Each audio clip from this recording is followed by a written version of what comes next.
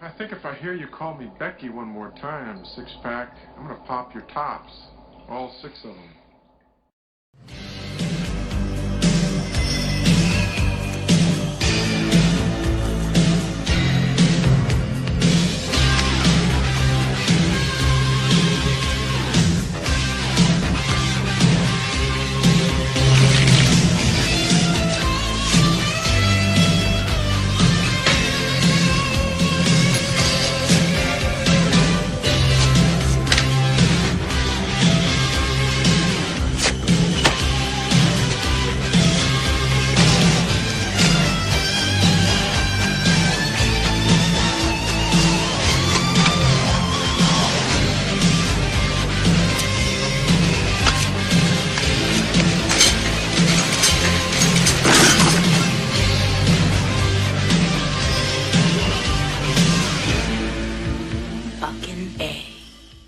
Hey, this is Matt once again. Welcome back to another review. This is another Patreon review, this time for Chaz Herring. Once again, thank you for joining me on my Patreon, Chaz. Thank you to everyone who has done that. If you're ever interested in joining me on my Patreon, the link to that's down below. Or if you're ever interested in sending in a movie request for movie review, commentary, movie topic, whatever, the link to my PayPal is down below as well. Or if you want to donate, that's fine too. It's up to you. If not, no worries. But the review request for today is Shogun Assassin from 1980. Now, this is a film I had heard of quite a bit because I am one of those guys that have a lot of movie trailer compilations. And this is a movie that would get brought up quite a bit in those.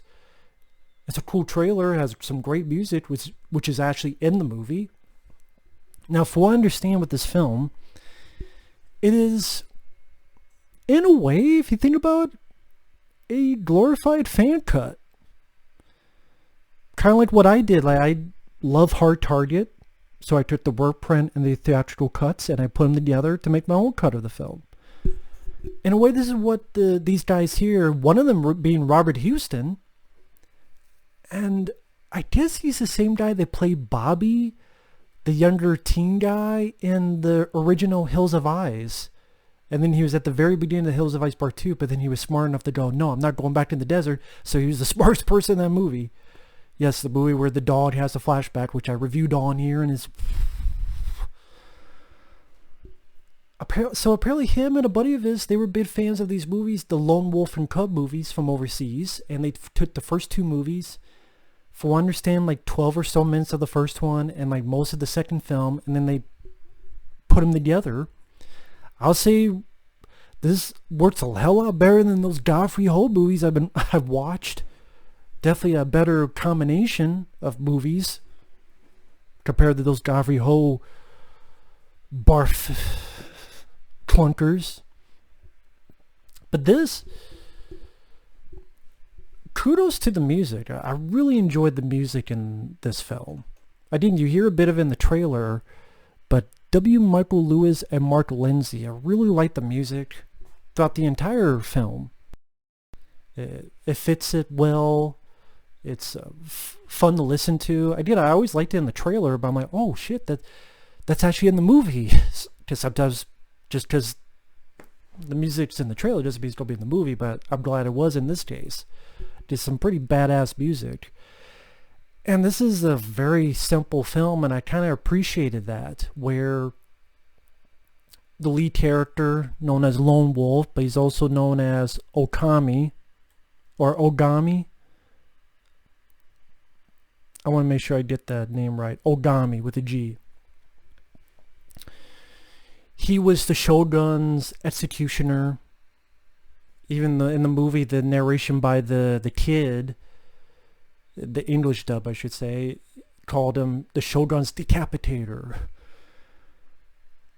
Did his job well for the Shogun, but then this guy, Ogami, gets disgraced. His wife gets killed.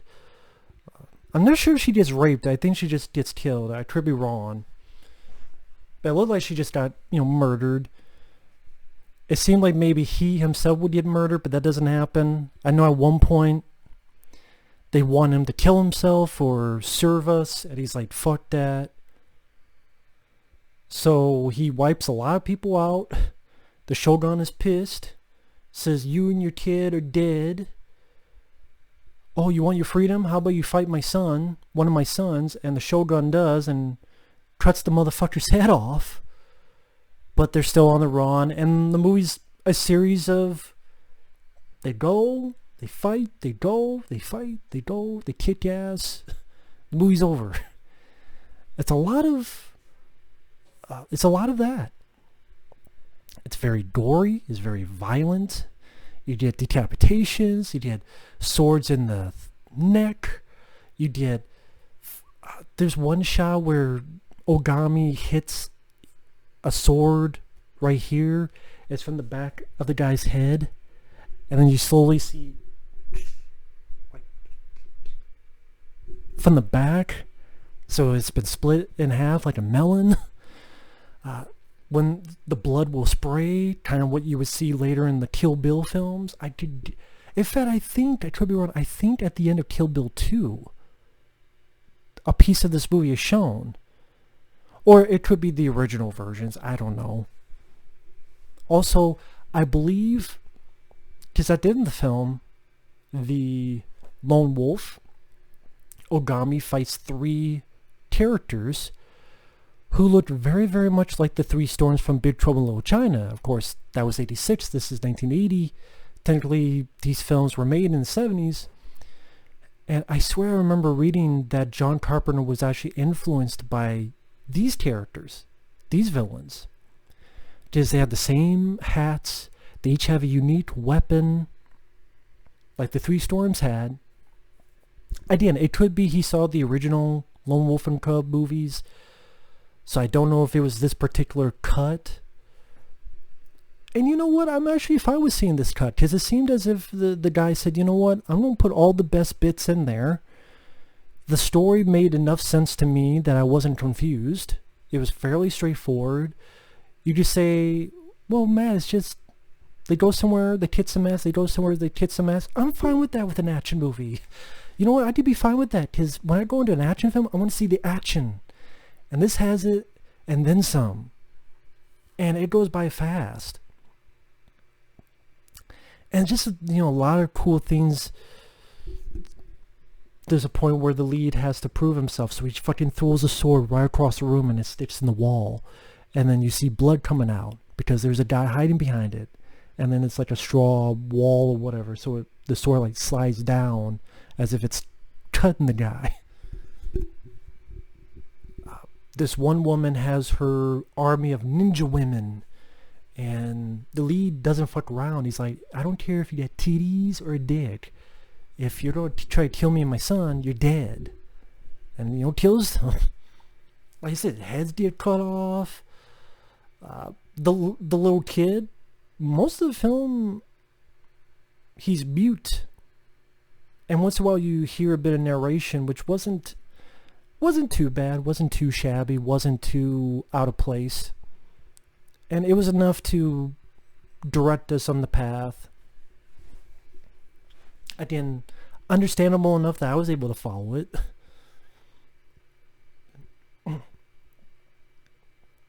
And yeah, pretty much pushes his son in this carriage, which in itself has weapons. So there are points where the kid will hit something, a little spike will come out, or the lead will roll the carriage and blades will come out of the bottom and cut people's feet off of the people's bodies.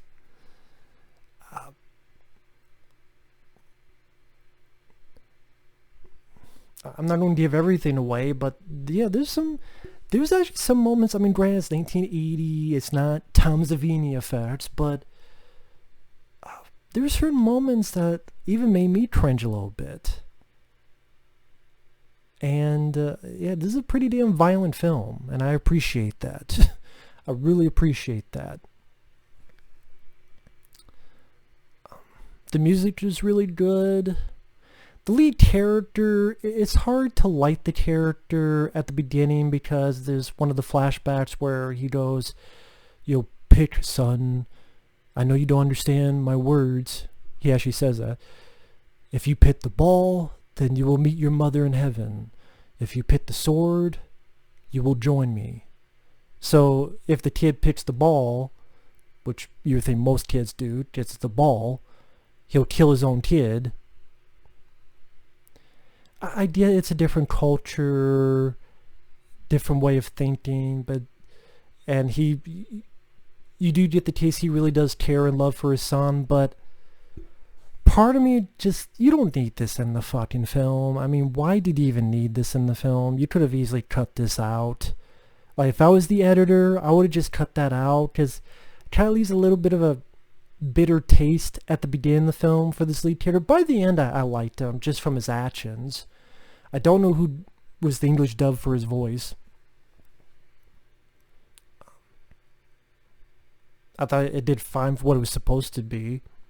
But, again, kind of like, wow, what a dick.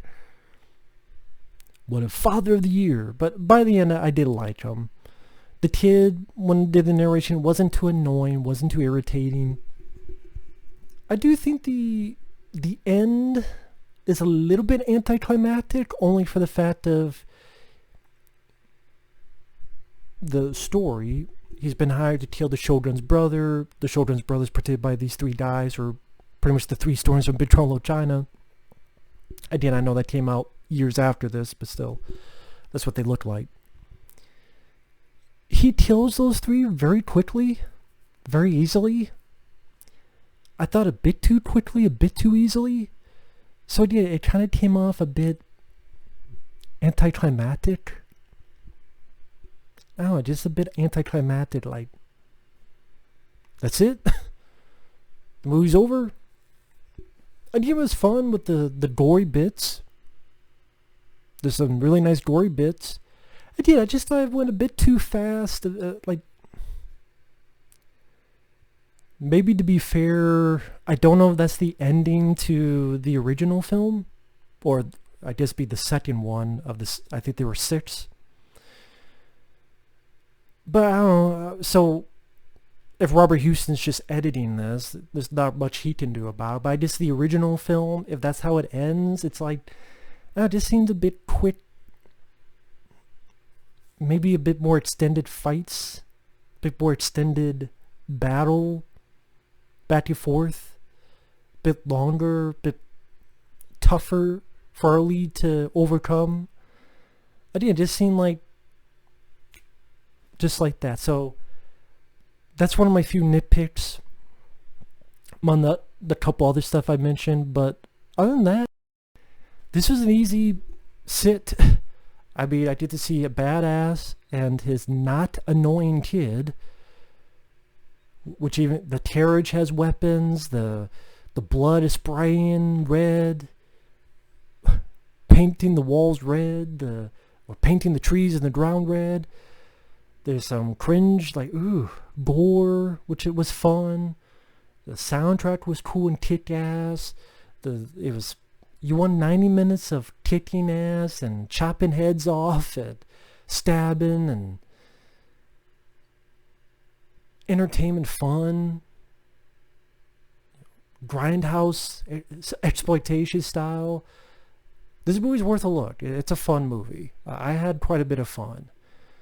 I don't know if this film was successful. If so, I'm surprised they didn't do more where they combine like 3 and 4, or 3, 4, 5, or 3, 4, then 5 and 6, or whatever. I'm surprised they haven't done those. Maybe something happened. I don't know. There's something I saw like Shogun Assassin 2, but I'm not. That seemed like it was just the original Part 3, and they just put the title on there. But I could be wrong on that. But yeah, there's at times some good usage of slow motion. The fight scenes were decently choreographed. I was not confused. This is before the days of shaky cam. The editing was fine to me. Some of the weapons used. Maybe he does this in the other movies, but it'd be nice to see like some bow and arrows and some other weapon. But he does use this cool double-bladed stick. Remind me a little bit like a Darth Maul. I forget what that weapon is called. It's like a stick, but there's blades on both sides. And yeah, if you know that, you feel free to let me know in the comments what kind of weapon that is. And yeah, the blood flows. And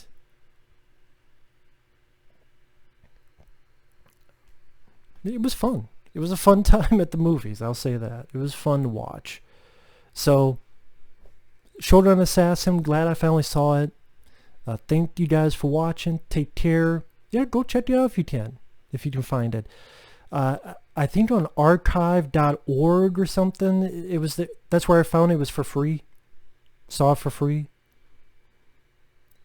If it doesn't play, I think there's like a download option. You can download it, like on the right bottom. I think it's like archive.org or something like that. I forget the exact. Anyway, definitely a thumbs up for me.